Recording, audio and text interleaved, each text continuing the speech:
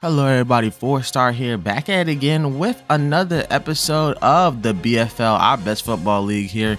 And we have a week 12 mega episode for you guys today here, as we will be covering all 7 games here in one episode. So this will be quite a long one, so get your popcorn ready, as we're going to start our first matchup here with the 8-2 Boston Revolution going against the defending champions, the Miami Cyclones.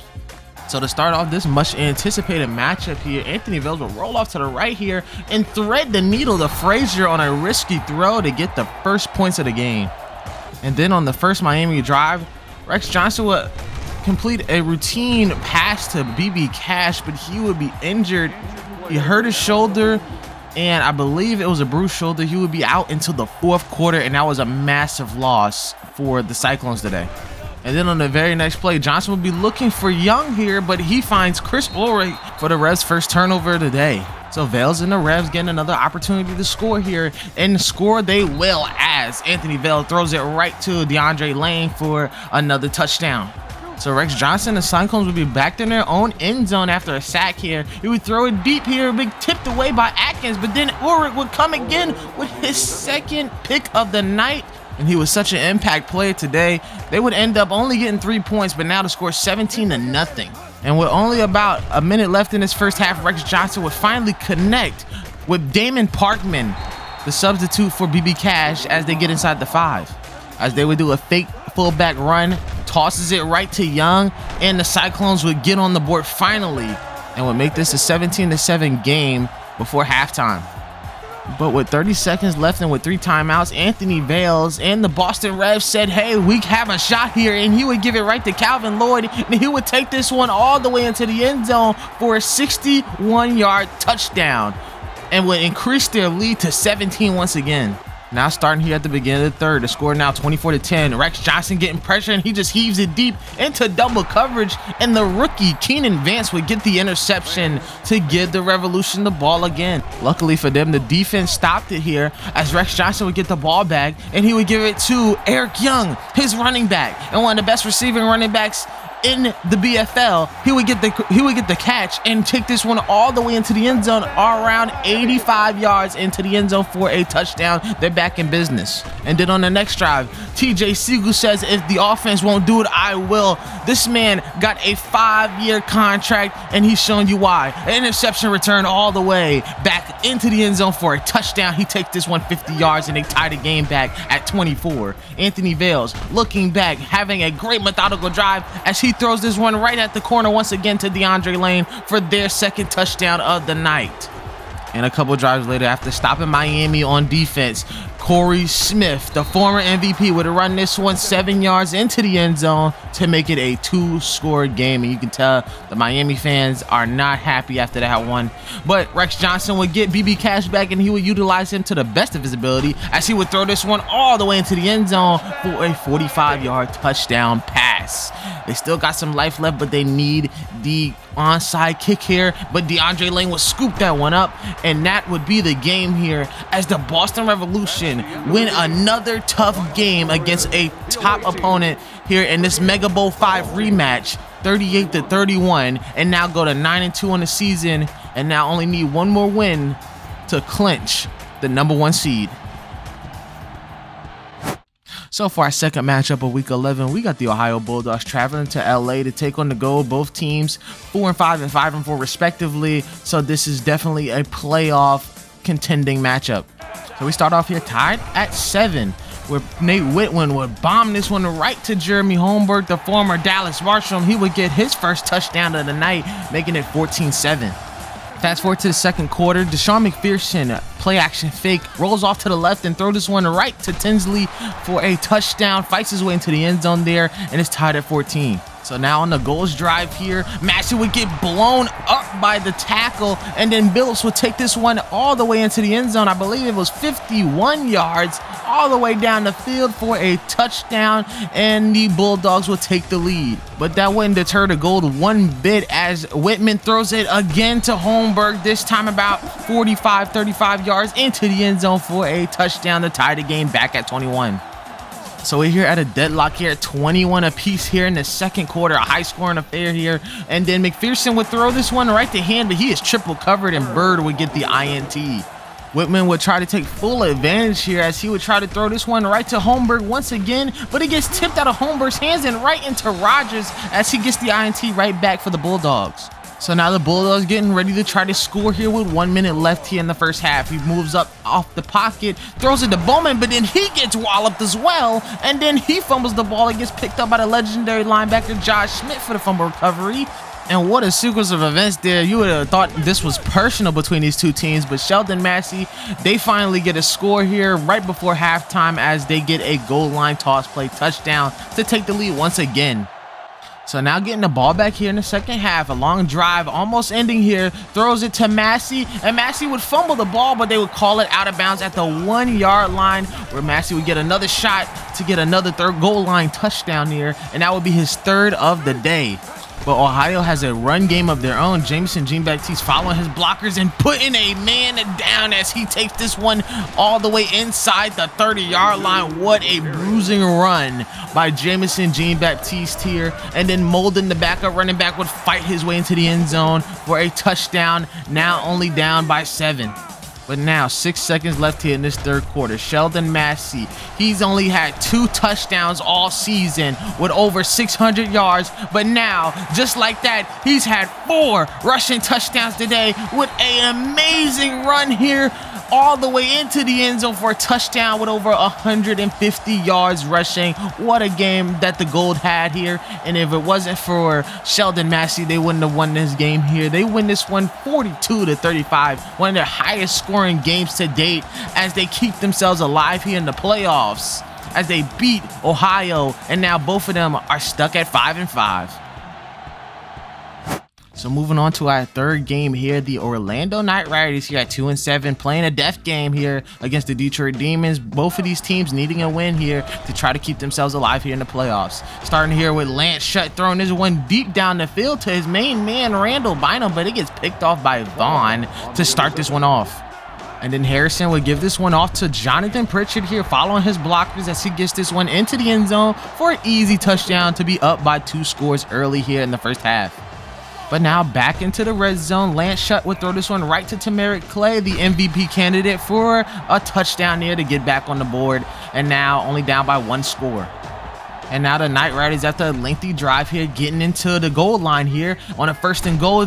Jonathan Pritchard takes the screen and breaks 3 tackles as he makes his way into the end zone for a touchdown. What a tough guy this is to bring down. Now back into the red zone once again, and Sam Walter would get the catch here for Detroit, putting him at the 1 yard line, and then Tamarick Clay would easily get another touchdown here at the goal line, a toss play, and that would be, I believe, his 13th rushing touchdown of the year, and you can tell why he's an MVP candidate here. Harrison would throw this one right to Jayshawn Myers, and Jayshawn Myers would take this one all the way inside the 20 and then dive slowly, getting inside the 15, putting him in a 2nd and goal situation here. Harrison would get the touchdown. He would get a quarterback sneak there, and he would get his first rushing touchdown, I believe, in about 6 weeks there. Great job there by Kenny.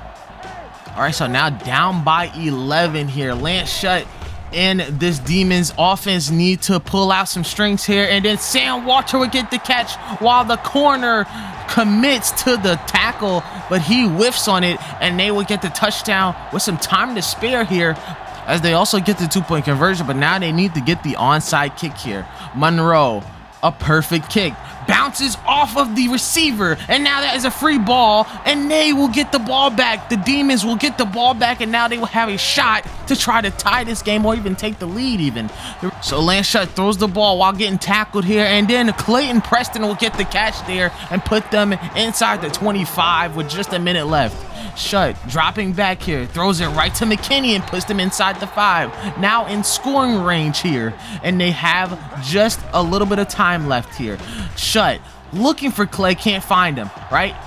Trying to find Clay, throws it into coverage, and then we get picked off by Bobby Lowe, his 5th pick of the year, and that would end the game for the Detroit Demons as they lose this one 31-28, and they will go 4-7, while the Knight Riders still have a shot at the playoffs at 3-7. They would have to win out here, but they still have a little bit of a shot, and a little bit of a chance is all they need. So for our 4th game of the night, we got the Denver Dynamo taking on the New York Jays here in New York here, and it would be quite a doozy between these two teams here. Now, I know that the Jays are 2-8, but they were playing like an 8-2 team today here. As you can already see, Jason Blake was dropping bombs right to Vantra Strong, and here on the next play here, Jason Blake would just roll off to the left and get into the end zone for the first touchdown of the day for the Jays. They have some very great and efficient drives here. And speaking of efficient drives here, of course, Ricky Bledsoe throwing it right to his goal line man, Carl Van Dyke, for their first touchdown of the day as well. Jason Blake would get right back on the field here as he would throw this one right to Lamar Walker. And man, this guy is something special. They need to keep him here for the New York Jays here as he gets the catch, breaks a tackle, and get into the end zone for yet another touchdown. And here at the 34, Casper Perry getting the carry this time, hurdles over a man, breaks one tackle, and yes, he does have a little bit of speed. Losing all that weight last season, he gets it into the end zone for a rushing touchdown, his 3rd of the season. Fast forward here near the end of the 3rd quarter here, and Quandre Stevenson would get a catch and take it all the way into the end zone as the defenders take a bad angle, and now the score is tied at 28. And let me tell you something, the Jays were having some efficient drives here as another goal line drive here ends up in a touchdown here for Lamar Walker. I believe that's his 11th rushing touchdown of the season, man. And like I said before, he is one of the best players on this team, if not the best on this team. And yet another goal line situation here for the Dynamo, and they get into the end zone to who? You guessed right, Carl Van Dyke gets huddled by his teammates here as they tie the game at 35 with 1:12 left in the game. Ricky Bledsoe looking deep as he finds Quandre Stevenson for his 2nd receiving touchdown of the day, takes this one almost 75 yards into the end zone for a touchdown, but they left a minute left for the New York Jays here, and of course Ricky Bledsoe getting 5 passing touchdowns on the day with 360 yards. But Jason Blake not to be outmatched here as he runs this one past midfield for yet a 35-yard run. But now with just 11 seconds left in the game, throws it to Vantra Strong. He gets a catch, even breaks a tackle there to put it inside the 10 to make it a 1st and goal. 7 seconds left. Jason Blake dropping back, rolling off to the right, throws it off his back foot to Derek Vincent for yet another touchdown. I believe that was Jason Blake's 3rd touchdown of the day, throwing it right to Derek Vincent, and they would tie the game here. Or would you think they would tie the game here as they would call a timeout here to ice the kicker, and it would work as Cedric Valentine would miss the extra point.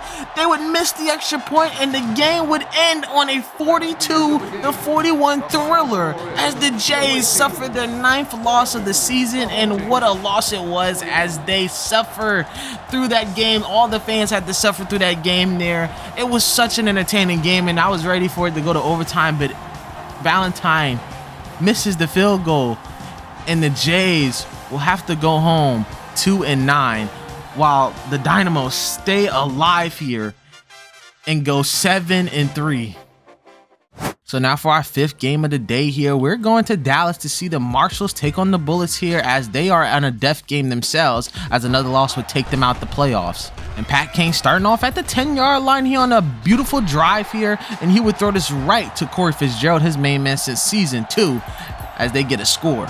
So taking the ball over after a Atlanta Bullets score, Pat Kane would throw this one right to Chris Duncan as he gets a beautiful catch in a stride as he takes this one at the 6-yard line. And then a couple plays later, Kane taking some pressure here off the full house formation, and then he would throw this one right to Rennick for the INT. D. Singleton and the Atlanta Bullets will have trouble here as D. Singleton rarely gets sacked this season, but he got sacked there by the linebacker, and they would have to punt the ball away. And here in 1st and 10, back at the 11-yard line, Pat Kane would throw this one right to Jaquavius McKinney for the touchdown. The rookie getting yet another receiving touchdown on the season. So Singleton and the Bullets would try to respond here at about the 20-yard line here, right into the red zone, and he would roll off to the right, getting a beautiful run, putting them in a goal-to-go situation. Here in a few plays later on 3rd and goal, playing the shotgun formation, but D. Singleton fighting his way into the end zone for a touchdown, his first rushing touchdown of the day. The score now deadlocked here at 14, and D. Singleton and the boys will get the ball back. And look at this run here by D. Singleton, taking this one 25 yards, doing what he does best. 1st and goal here at the 9, putting them in a goal-to-go situation, and a quick pass to Bryant for a touchdown to now take the lead here 21-14. Pat Kane here off the play action fake here at the 20-yard line, throws this one right to Huey with a dot right to his tight end, and he would fall into the end zone for a touchdown to tie the game. The Dallas Marshals making this one very competitive. Ellis would take this ball here just about 2 yards deep out of the end zone, and he would get some beautiful blocking here as he would take this one all the way into the end zone. You see he got pushed there, but not enough to take him out of bounds, and he would take this one 102 yards into the end zone for a touchdown to take the lead back again. But Wilkins getting this one about 5 yards out of the end zone, making some moves, being shifty, and he says, anything y'all can do, we can do better. He makes it even more stylish as he takes this one about 95 yards into the end zone for a response kick return for a touchdown. And now Dallas and Atlanta are both deadlocked here at 28. So here we are, deadlocked here at 28 with just under 2 minutes left here. Play action fake. D. Singleton has Bryant open, but throws him just a little bit too late as it goes off the back of his hands. And they would have to kick a 46-yard field goal attempt here by Bronson. It would go in, and now they're up by 3, but they still left a lot of time left for Dallas to try to score. Now here past midfield here, and then Pat Kane would throw this one quick to Corey Fitzgerald, getting their first down. 2nd down and 10 here. Pat Kane feeling the pressure, but throws it right to Jaquavius McKinney in the end zone for a touchdown with just only 15 seconds left. They would score here, and they would end this game here, keeping their slim playoff hopes alive as they win this one 35-31. And the Dallas Marshals go 3-7, and now they would have to win out to try to get into the playoffs. But once again, like I said before, every team has a shot here, even though it's a slim one. But Dallas survives yet another week. For our second to last game here, we are traveling back to Toronto as Toronto still has their home series games as they take on the Kansas City Scouts in Conquest to try to make a playoff berth. So the Toronto Golden Owls here starting at around the 40 here, and Zeke Crawford following his blockers as he takes this one about 42 yards into the end zone for the first touchdown of many today.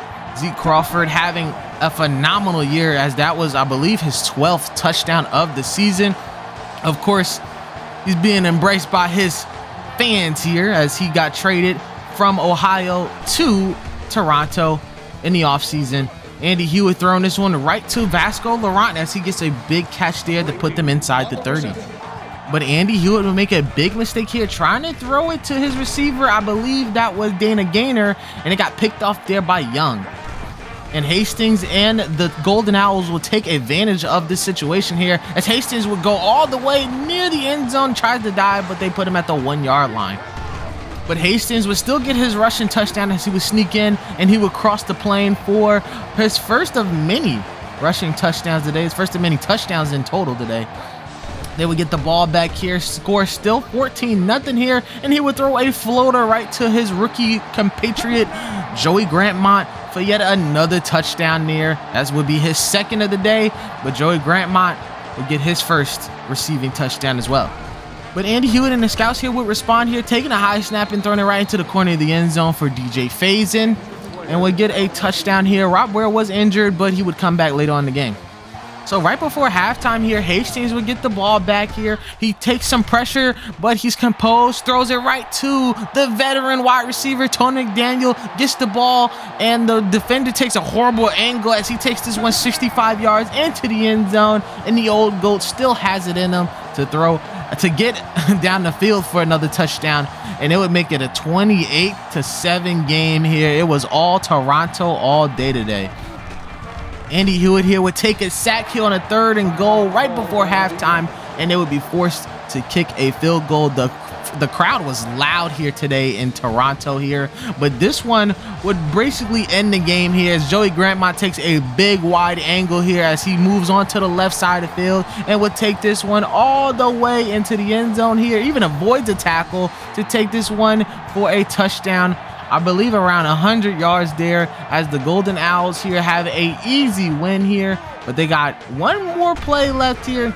It's 38-24, and they would give Zeke Crawford yet another touchdown to make it, I believe, 12 this season, right behind Tamarick Clay, and he would get a touchdown there that would end the game 45-31, and the Golden Owls would get their 6th win of the season and now inching closer to the playoffs. And for our last game of the week here, the Carolina Kings taking on the Oakland Grizzlies, both teams here at 6 wins apiece here and definitely fighting for position here for that 2nd place spot.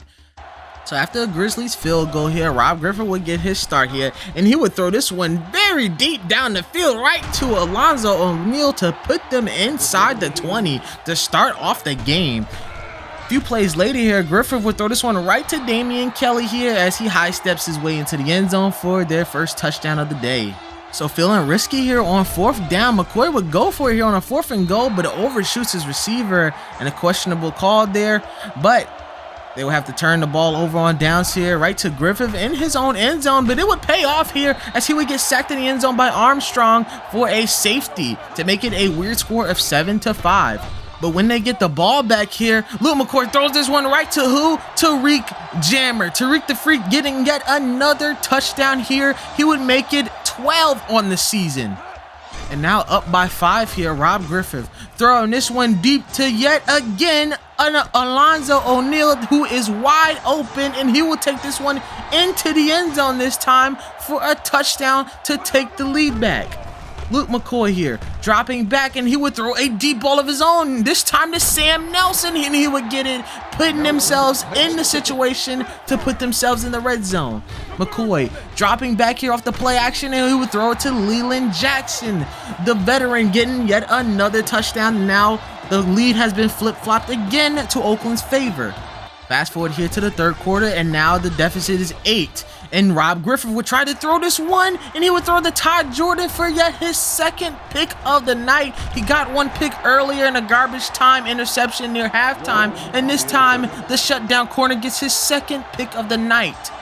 Fortunately for Carolina, the defense would stop them, and Griffith, not afraid to sling it down deep, he throws another deep ball to Alonzo O'Neal, his 3rd deep reception of the night. They get inside the 5-yard line, throws it right to Rocky Humphrey, and he would get a receiving touchdown on the day. Now trying to go for 2 to make it a 3-point game, throws this one right to Dane Kelly, and now it's a 3-point game after the conversion. Great play there. But McCoy rolling off to the right here in the middle of the 4th quarter and would get sacked by the sack leader, Benjamin Dexter. Here on a 3rd down, Benjamin Dexter interrupts the play once again, not necessarily getting the sack, but disrupting the play so that Carolina could get the ball back. And Griffith would take full advantage of it here, giving it to Massey for a 1st down. 1 minute and 16 seconds left. Griffith waiting, and he finds a wide open Dane Kelly, telling these guys to shush as he gets yet another touchdown, his 2nd of the day. But now with just over a minute left, McCoy still having an opportunity to score here. Throws it right to Leland Jackson down the middle of the field. Gets a 1st down and a 5-yard penalty to put them just over the 40-yard line. And Luke McCoy would find, guess who? Yes, it's him again, the rookie sensation, Tariq the Freak. Tariq Jammer gets a touchdown there. He has 13 on the season, and now he's the leading receiver in touchdowns. But now the Kings down by 3. Griffith having some time in the pocket, throws it right here to Marvin McComas down midfield. Trying to make it down the field here. 30 seconds left. Getting pressured, but throws it to Brock Randall, and he almost takes it into the end zone for a touchdown there. But they would run the clock down here, trying to get into the end zone. Rocky Humphrey would try to get a touchdown here. They have no timeouts left. They would have to spike the ball here and put it in a 4th down situation. A 21-yard field goal attempt is good, and this would take us into overtime. But here in overtime, the Kings would get the ball back, and you already know the legend of Damian Kelly, one of the greatest return specialists of all time, taking this one 95 yards into the end zone for a touchdown, as the Carolina Kings will win this game off of a walk-off kick return for a touchdown. Wow. Not only would the Grizzlies snap a 5-game win streak against the Oakland Grizzlies, but they would solidify and secure themselves a spot here in the 3rd seed here in the playoffs here, as they have their 7th win. They go 7-4 and now put themselves in a prime position to go ahead and make it to the playoffs. So after week 11, we got the standings here. The Revs are at 9-2. The Dynamo sit on 2nd place at 7-3. The Kings are at 7-4. The Cyclones, Dragons, and Golden Hours all tied at 6-4, along with the Grizzlies, who are also tied at 6-4. We got the Bulldogs at 5-5, the Bullets at 5-5, and the Gold all at 5-5, trying to get that 8th seed. This is going to be quite a battle to get that last spot in the playoffs here. All of them all competing right here.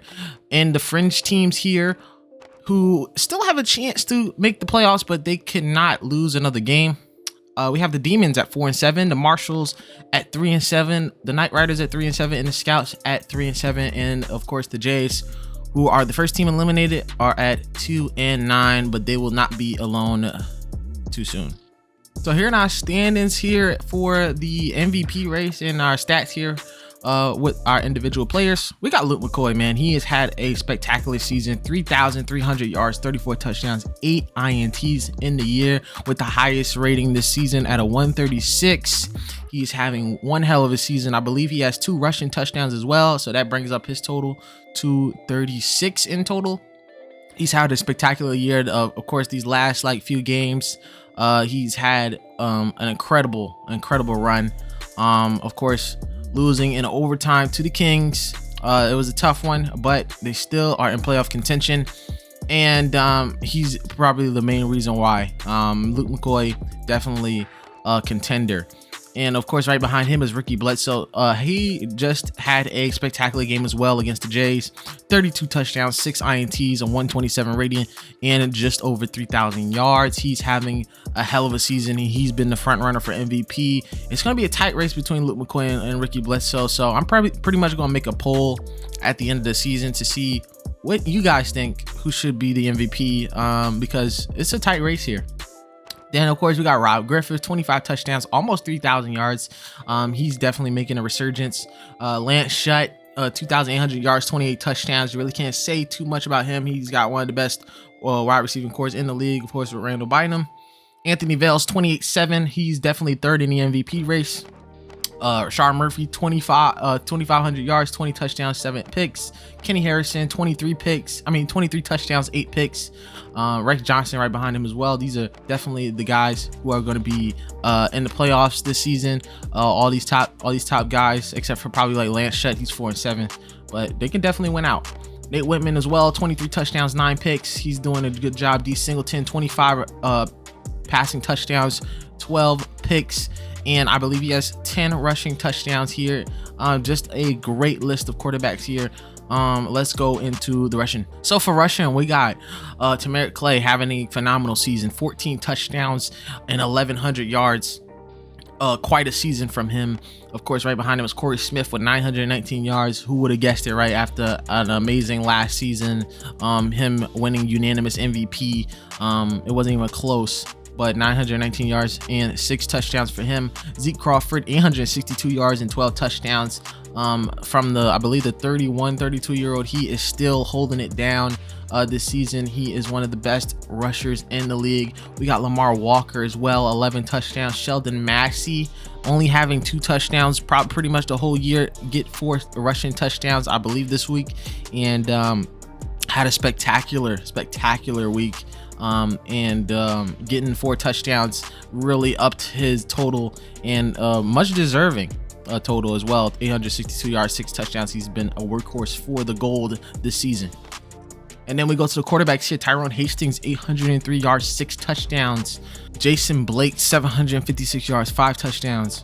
And then of course D Singleton and Rashard Murphy, 718, 715 yards. And of course D Singleton breaking the record right now with 10 rushing touchdowns, and Rashard Murphy not too far behind. He has 8 rushing touchdowns, which puts his total to 28 and D Singleton's total to 35. All right, on to receiving here. We got Randall Bynum with 1,004 yards. Right behind him is BB Cash and Tariq Jammer with 13 touchdowns. He is our league leader in receiving touchdowns, finally outdoing BB Cash, who had the record for now 11 weeks. He had it ever since his week 1 performance with 5 receiving touchdowns in the season. I mean, in that one game. And he's definitely had it ever since. So good on Tariq Jammer, who is becoming basically the front runner for Rookie of the Year. But there's also some great rookies this season. Quandre Stevenson, we can't forget about him. 9 receiving touchdowns, 889 yards out of only 39 receptions. These are not the main receivers, but they're acting like it. Our leading receptionist is Keith Manning. He has 60 receptions. Of course, right behind him is BB Cash. Definitely BB Cash is definitely gonna probably get some more touchdowns by the end of the season. But of course, if you guys don't know, the record for most receiving touchdowns in the season is 17 by BB Cash last season. So there's still some time to break that record, especially from, of course, Tariq Jammer, who only needs 4 more receiving touchdowns. And if he breaks the record, we could be talking about MVP votes even from Tariq Jammer, aside from Rookie of the Year, which he would probably not be unanimous, but he would probably be Rookie of the Year this season. On the defensive end, Brian Hasty is our leader in tackles. Tackles for loss is JJ Maynard and Mitch Johnson. Benjamin Dexter with 8 sacks this season. That is a BFL record. We have not had that many sacks in a single season. He is definitely killing it, and he will probably be Defensive Player of the Year. Right behind him is Sammy Hayes with 7 sacks as well. These are some great edge rushers here. Warren with 6 as well. Interceptions leader Brendan Gill with 6 INTs. And then we have Aaron Tucker with 5 INTs as well, our free safety from Oakland. And then we have a bunch of guys with 4 picks. Rogers, Jordan, Ulrich, and Bobby Lowe, all of them all-stars in their own right. And that is basically the stats here for the defense. Now we're gonna have the week 12 schedule right here, right now, as we have some really great games coming up, and a lot of games that are going to be determining the fate of some of these guys' playoff runs here this season. The Golden Owls take on the Bullets. Golden Owls, of course, are 6-4. The Bullets are 5-5. The Bullets would need this win here in Toronto. That is our game of the week as well. The Gold and the Cyclones play each other. The Gold definitely need a win here against the Cyclones to try to keep themselves in the playoffs. Of course, they are at the fringe of the playoff race as well. I believe they are 5-5 as well. The Grizzlies take on the Jays. The Grizzlies should have no problem with the Jays, but the Jays did cause a problem with the Dynamo this week. So you never know what's going to happen here. The Revolution take on the Dynamo. That is going to be definitely a game of the week. If the Revolution wins this one, I believe they would clinch the first seed if they win this game. And if the Dynamo win, they can win out to clinch the first seed. They would have to win out. But they would tie their record in losses. The Revolution will have 1 more win than them because of the fact that they never had a bye week. So the Dynamo will have to win out to secure the first seed. The Kings and the Knight Riders. This is a Knight Riders death game here. If the Knight Riders lose to the Kings here, it is over for them. They will not be able to qualify for the playoffs. And the same goes for the Dallas Marshals, who will have to take on their rivals, the New Jersey Dragons. If you don't know the rivalry, just look at the BFL history in the stat sheet. These guys have taken on each other in the playoffs twice. I believe they are 1-1 each. And of course, in season 1, we thought that they were going to play each other in the championship game, and they did not. Ended up both losing in those playoffs against their counterparts. The Marshals need a win here, though, to keep themselves even remotely alive here in the playoffs. And the Dragons would need a win here to try to keep themselves in the top 4 seeding so they get a home game. And the Bulldogs take on the Scouts. That's definitely going to be just a head-to-head. If one of these teams do win here, they would take advantage of each other in the playoffs, and I believe they would eliminate one of each other. I think the Scouts would be eliminated. Yeah, the Scouts would be eliminated, as they are, I believe they are 3-7. and the Bulldogs would have their 6th win. So that would be great here. And of course, the Demons need a much needed bye week after, I believe, losing about 2 or 3 straight. They need that bye week here so they can try to recoup themselves and try to win the last 4 games of the season.